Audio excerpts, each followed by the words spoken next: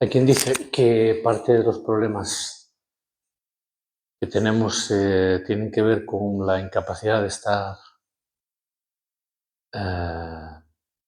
20 minutos o media hora sin hacer nada, ¿no? A solas, con uno mismo y sin hacer nada. Esto lo decía Peter Young y, bueno, seguramente más personas, ¿no? Lo digo en el sentido también de que la meditación es además de ser un ejercicio de consciencia, ¿no? De ejercitar la consciencia, es un recurso, ¿no? Una disposición que conlleva estar a solas con uno mismo, ¿no? Intimar. Es un acto de intimidad, por así decir, en la que el asunto, el objeto de experiencia es uno mismo, es la propia consciencia, ¿no? Es decir, el objeto de la consciencia es la propia consciencia. Esta es la singularidad de la meditación. Y también aquí hay que tener siempre muy en cuenta, ya lo hemos comentado alguna vez, y esto es una cosa muy importante a tener en cuenta, es el error epistemológico de considerar la consciencia y la mente como la misma cosa. Son dos cosas diferentes. En este sentido, podríamos decir que la mente, los procesos mentales, son cuestiones materiales, vamos a decir así, ¿no? O aspectos que tienen que ver con el funcionamiento, ¿no? Con la vida anímica del organismo, ¿no? En este caso del cerebro, etc. ¿no? Es verdad, ¿no? Que también hay tradiciones, por ejemplo, como el Samkhya, ¿no? Los Patanjali, ¿no? Por ejemplo, los sistemas de yoga y tal, que consideran los sankaras, como se pronuncia, ¿no? Sankaras, ¿no? Estas impresiones latentes que tienen que ver con experiencias ya vividas que sirven de huéspedes a las nuevas impresiones y que también nos llevan bueno, a determinadas preferencias o incluso a funcionar mejor con unas cosas que con otras, ¿no? En base a la familiaridad que ya tenemos, en base a esas impresiones latentes, ¿no? Que son los samskaras, ¿no? Las caras, ¿no? Esto también está asociado al concepto o a la idea de la reencarnación, ¿no? Por ejemplo, en los sistemas indios, ¿no? El hinduismo, ¿no? Y también el budismo, etc. Pero bueno, donde quiero ir a parar es que todo esto forma parte de lo mental, de la mente. La consciencia es otro asunto, es otro asunto. Es algo que tiene que ver con lo que en las tradiciones orientales en India, etcétera, se alude con el término Purusha, ¿no? Como el hombre primigenio, ¿no? La persona primordial, ¿no? La persona primigenia, ¿no? El arquetipo, ¿no? El antropos, diríamos, ¿no? Entonces este Purusha o este Atman, ¿no? esta conciencia, ¿no? Esta luz, ¿no? Esto que nos permite discernir, ¿no? Reconocernos, darnos cuenta, esta conciencia reflexiva también, ¿no? Esto no es un mero procesamiento mental, ¿no? Es un procesamiento de información. Otra cosa que ya digo, en el ámbito de las tradiciones de la espiritualidad se considera genuino, ¿no? O sea, algo diferente, ¿no? El espíritu, ¿no? La conciencia, ¿no? El Atman, ¿no? Etc. Entonces, esto hay que diferenciarlo bien para también tener la capacidad, la posibilidad de desapegarse, ¿no? De diferenciarse de los estados mentales, ¿no? De los estados corporales y mentales, ¿no? Que en un momento dado nos afligen o nos intimidan o nos arrastran, ¿no? Nos lastran, etcétera, ¿no? Entonces, claro, si la conciencia está apegada, identificada, ¿no? En el proceso mental, o corporal mental, o físico y mental, pues los estados mentales y los estados psicofísicos arrastran la conciencia, entonces uno se identifica con ello, entonces si nos encontramos mal, pues somos unos desgraciados. Me refiero a que uno está hundido en la miseria, ¿no? Y si te encuentras bien, pues estás muy feliz y contento. Entonces estás un poco en ese zarandeo constante, ¿no? Y bueno, en cierto modo, vivir conlleva esto, ¿no? Pero eh, ejercitar eh, un estado psicofísico, ¿no? Que permita ponerse a un lado, por así decirlo, aquietar la mente, aquietar el cuerpo, ¿no? Para que brille, ¿no? Para que emerja, ¿no? Para que esté menos eh, eclipsado, ¿no? Este Atman, ¿no? Esta conciencia. Pues claro, esto lo que da lugar es también a un sentimiento de libertad mucho mayor, ¿no? A una liberación de la carga o del lastre de los estados psicofísicos, ¿no? Que constantemente nos mantienen de un lado para otro, ¿no? Zarandeados. Entonces hay que diferenciar bien, o conviene diferenciar bien esto, conciencia de mente, del proceso mental. Y eso es en lo que consiste al menos la práctica meditativa que nosotros realizamos. Esa práctica es una práctica de conciencia, es decir, es la conciencia desligándose. Es un ejercicio de desapego o un ejercicio de diferenciación en el cual nuestra capacidad de conciencia o nuestra conciencia se desmarca, se desapega, se desidentifica del proceso mental, sea cual sea el contenido de ese proceso mental. Por eso también hay que tener en cuenta que esa conciencia es vacía. Es vacía, solamente está llena o está con contenido cuando está identificada o cuando está apegada a un estado psicomental, ¿no?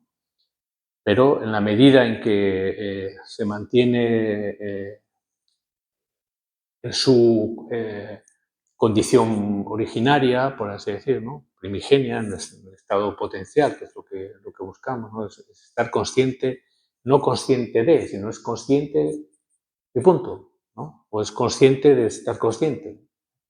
Y ya está, ¿no? Entonces, pero esto tiene también esa significación, ¿no? Que en la medida en que uno se reconoce ahí, se va diferenciando o se desreconoce del otro, ¿no? Digamos, de la musiquilla mental, ¿no? Y de todos sus vagones, ¿no? Todo el tren de asuntos, de consideraciones, ¿no? De penurias, ¿no? Que la mente trae y lleva continuamente, ¿no? Así que es un acto, por lo tanto, de reconocimiento, ¿no? De autorreconocimiento. La persona reconociéndose, o sea, ¿no? La persona primordial, el purusha, ¿no? La conciencia, el atma, reconociéndose a sí mismo en la medida en que se diferencia contenidos transitorios o condicionados o, digamos, que tienen otro carácter que no es el de la consciencia en sí misma, no es esa luz, por así decirlo. Diferenciándose de los objetos de, del, de la mente, ¿no? Del pensar, etcétera, ¿no? Por eso también en la meditación, en la práctica de la meditación, pues se trata de no estar en un sitio o sea, donde haya muchos objetos o mucho colorido o mucho ruido o mucha luz o mucho no sé qué, para precisamente no facilitar, ¿no? Ese acto de intimidad, ¿no? De la consciencia consigo mismo, ¿no? Pero también si tú vas al cine, por decir algo, ¿no? Si vas al cine o estás en un asunto íntimo, pues normalmente no estás ahí, o sea, el cine no está ahí, no estás viendo una película con una luz muy potente en la sala, ¿no? Sino que se atenúa la luz o se apaga la luz, ¿no? De manera que no haya distractores, ¿no? Y que el foco atencional esté en lo que está ahí ocurriendo, ¿no? Entonces, en la meditación hay también que condicionar, ¿no? El entorno y disponerse de esta manera, ¿no? Para que el foco atencional esté puesto sobre sí mismo, ¿no? Esta es la cuestión, ¿no? Y, y ahí es donde tenemos también donde la mente o lo mental, ¿no? También puede facilitar, también puede ayudar, ¿no? En el sentido de que la mente puede disponerse en una orientación eh, concentrada, ¿eh? O en una orientación dispersa. La mente puede estar dispersa o concentrada. Centrada, vamos a decir así, ¿no? Entonces, cualquiera de nosotros se da cuenta, ¿no? En qué momentos o en qué circunstancias o en qué momento del día o de la noche la mente está vagando o está errante o está dispersa o cuando está centrada. Por eso conviene también tener tareas, ¿no? Tener tareas que focalicen, ¿no? O sea, que ayuden a la mente a focalizar, ¿no? A estar centrada o concentrada en algo, ¿no? Y no dispersa. Porque el estado de mente dispersa de alguna manera también lastra la consciencia, ¿no? ¿eh? La lleva por la vía proyectiva acá para allá, ¿no? Una cosa y en otra y tal, y uno pues más o menos está eh, enajenado, ¿no? Por así decirlo. Entonces, vuelvo al tema del inicio, que es que la práctica meditativa es un ejercicio de consciencia, ¿eh? Es como una puesta a punto de la consciencia y de su exclusividad, ¿no? De su eh, carácter absoluto, vamos a decir así, de su inmutabilidad, de su condición vacía, ¿no? De su carencia de atributos, es decir, de su singularidad y de manera que nos permita ganar en libertad, ¿no? O en la posibilidad también de diferenciarse de todo lo que traemos de más, por así decirlo, ¿no? Que también es necesario, pero esencialmente no es esto lo que debería gobernar nuestro momento a momento, ¿no? Nuestro día a día, ¿no? Y sin embargo, más bien viene a ocurrir lo contrario, ¿no? En ese sentido, ¿no? Y así muchas veces nos va que estamos agobiados y más o menos atrapados en mil preocupaciones o estados de angustia o lo que fuera, ¿no? Y Por eso también es difícil, ¿no?, que encontrarse no haciendo nada, ¿no? Pero, o sea, podemos estar no haciendo nada, pero con la mente dispersa, entonces sí que estamos haciendo algo, ¿no? ¿No? La mente está para acá, para allá y tal, ¿no? Pero no haciendo nada y con la mente no dispersa o centrada, no es habitual, no es difícil. Y esto es lo que se ejercita con la meditación. Me comentaba antes un paciente, precisamente, que, bueno, un chico joven y tal, que él no le gusta o no comparte, ¿no?, la afición de sus compañeros de trabajo, más o menos de su edad, ¿no?, o amiguetes y tal, ¿no?, de su edad y de otras edades, ¿no? Pues que están, cuando no hay nada que hacer, a lo mejor en el trabajo que hace, ¿no?, manual y tal, eh, que entonces se pone o sea, normalmente se ponen pues a escuchar, a ver reels, ¿no? Digamos como estos vídeos cortos, ¿no? Uno, luego el otro, luego el otro, luego el otro, y entonces, en 1 hora, 2 horas, o el tiempo que tal, ¿no? Tal como de eso, como que no da.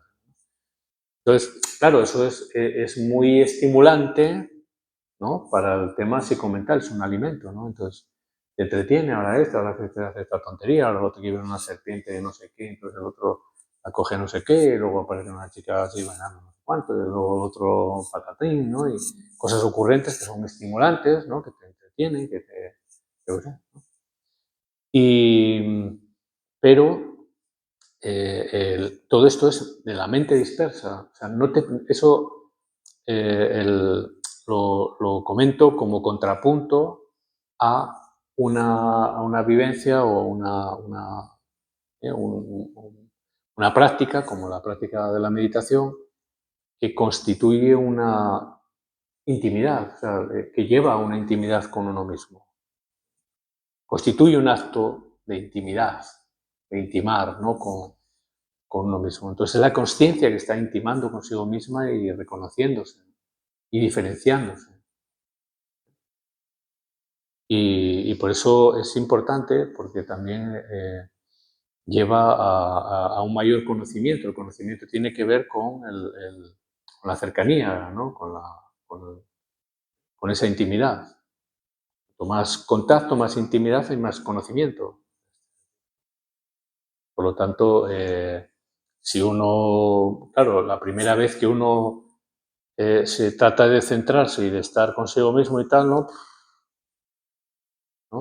Pues como no tiene esa intimidad consigo mismo, ¿no?, o consigo misma, pues eso parece ¿no?, es algo incómodo, inquietante, desagradable incluso, o casi frustrante. Pero en la medida en que uno ejercita eso, va encontrando el gusto, vamos a decir así, ¿no? Que no es una cuestión de gusto, sino que eh, eh, va descubriendo cosas, ¿no?, va descubriéndose y también va aumentando la capacidad de descubrir. Como si dijéramos, un explorador es cada vez más competente, descubre más cosas en la medida en que más ejercita ¿no?, más sale ¿no?, en sus excursiones de exploración, ¿no? Por lo tanto, creo que era San Agustín que decía, ¿no?, que en Dios se descubren nuevos mares cuanto más se navega, ¿no? Si trasladamos un poco eso, es un poco esto, ¿no? Es decir, en la medida en que uno, cuanto más intima, más conocimiento, cuanto mayor conocimiento, eh, más amor, ¿no?, o sea, más cercanía, ¿no?, más motivación hacia, etc. Así que cuanto más se medita, más capacidad hay para meditar y más motivación hay para hacerlo, ¿no?, porque ahí el sentido se hace o se vuelve elocuente, ¿no?, y evidente.